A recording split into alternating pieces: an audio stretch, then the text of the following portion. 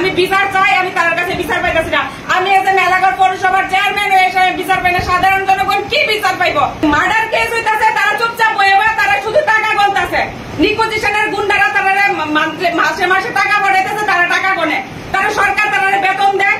তারপরে তারা কি কারণে আমি তারা এইসব পয়সার উপরে তারা এত লোভ, আমি এটা বুঝা পাইতেছি না। আমি বিচার চাই, আমি তার কাছে বিচার পাইতেছি না। আমি এসে মেলাঘর পৌরসভার চেয়ারম্যান হয়ে বিচার পাই না, সাধারণ জনগণ কি বিচার পাইব? এসডিপিও সাহেব আছে, ওসি আছে, নীরব দর্শকের ভূমিকা পালন করতেছে। তারা গেছেই না, এখন আমি আইছি, তারা বয়ে রয়েছে, তারা পাঁচমূর্তি বয়ে আসলো, তারা আমাদের কয় তারা গেছে আসামির বাড়িতে গেছে, তারা একদমই কাজ করতেছে না। চলেন, আপনি থাকার গাড়ি ছাড়া আমরা অন্য গাড়ি চলেন, আপনারা চলেন না, আপনি চলেন, আরে ওখানে আপনি চলেন না, আপনি যদি ইয়া থাকে আপনি ওখানে চলেন, অ্যারেস্ট করবেন, আপনি অ্যারেস্ট করবেন। আমি কইতেছি আপনি অ্যারেস্ট করার ইচ্ছা আছে কি? আপনি চলে চলেন, চলেন এখন আমার গাড়ি দিয়ে চলেন, আপনি চলেন, আমি অ্যারেস্ট আপনি বাড়ি পাইনি না, এখন আমি দেখতাম, আপনি চলেন। কাঠ ধরে বয়ে দিচ্ছেন আপনারা, কাঠ ধরে বয়ে দিচ্ছেন, তিনি কি কারণে অ্যারেস্ট করতেছেন না? আমার জামাইয়ের বাইরে গেছে, আমার জামাইয়ের উপরে দাও দিয়ে ঘুমাইছে, তিনি চলেন এখন।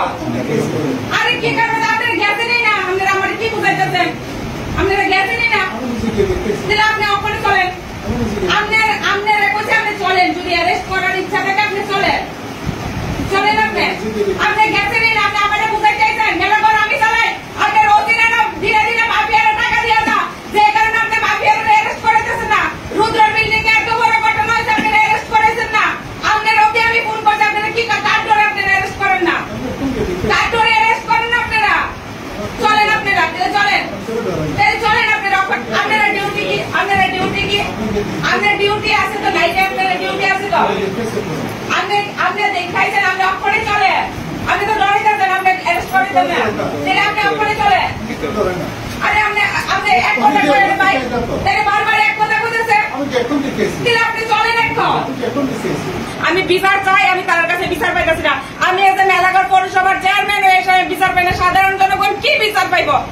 ঠিক দেবব্রত ভট্টাচার্য এটি করছে, শুধু দেবব্রত ভট্টাচার্য টাকা লাগে, টাকা ছাড়া তাই কোনো কথা নেই। তাই না আমার মেলাঘর মিউনিসিপ্যালিটি থেকে প্রায় কয় তাই লাখ লাখ টাকা বাইর করে দিতাম, যেটা আমি শুনি না, তার লেগে তাই না আমার উপরে এভাবে আমার জামাইয়ের উপরে আজকে আক্রমণ করে।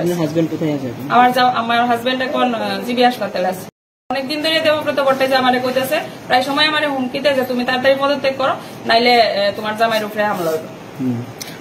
ওনার আপনার উপর আক্রমণ করা বা আপনার হাজবেন্ডের উপর কথা আমি শুনতাছি না, যে তাই না যে নিকোজিশনের সঙ্গে আমার যুক্ত হইতে করছে, তাই না বিভিন্ন ভাবে তাই টাকা পয়সা দিতাম, বিভিন্ন ভাবে তাই না মেলাঘর যেত মানে মাফিয়াগিরি হইতেছে, কালো টাকা আইতেছে, কাজের যারা মেলাঘরে এসে একটা মানুষ কাজ করতে পারে না বাইরের থেকে, তারা কিছুদিন আগে আপনারা হয়তো জানেন যে সুবল রুদ্রর বিল্ডিং এর মধ্যে মেলাঘর রাস্তার লেগা কিছু কন্ট্রাক্টর আসলো, তার উপরে হামলা হয়েছে। ঠিক দেবব্রত ভট্টাচার্য এটি করছে, শুধু দেবব্রত ভট্টাচার্য টাকা লাগে, টাকা ছাড়া তাই কোনো কথা নেই। তাই না আমার মেলাঘর মিউনিসিপ্যালিটি থেকে প্রায় কয় তাই লাখ লাখ টাকা বাইর করে দিতাম, যেটা আমি শুনি না, তার লেগে তাই না আমার উপরে এভাবে আমার জামাইয়ের উপরে আজকে আক্রমণ করে।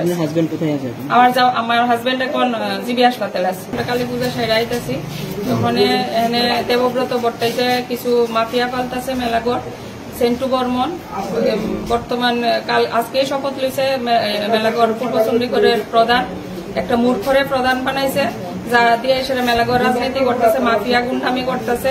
তার সঙ্গে আছে কালীপদ বর্মন, আছে লক্ষণ ভৌমিক, আছে উত্তম পাল, আছে গণেশ দাস, আছে সঞ্জয় পাল, তারপর আছে বীরেশ্বর চক্রবর্তী, তারপর বিপ্লব দেবনাথ, তারা সবাই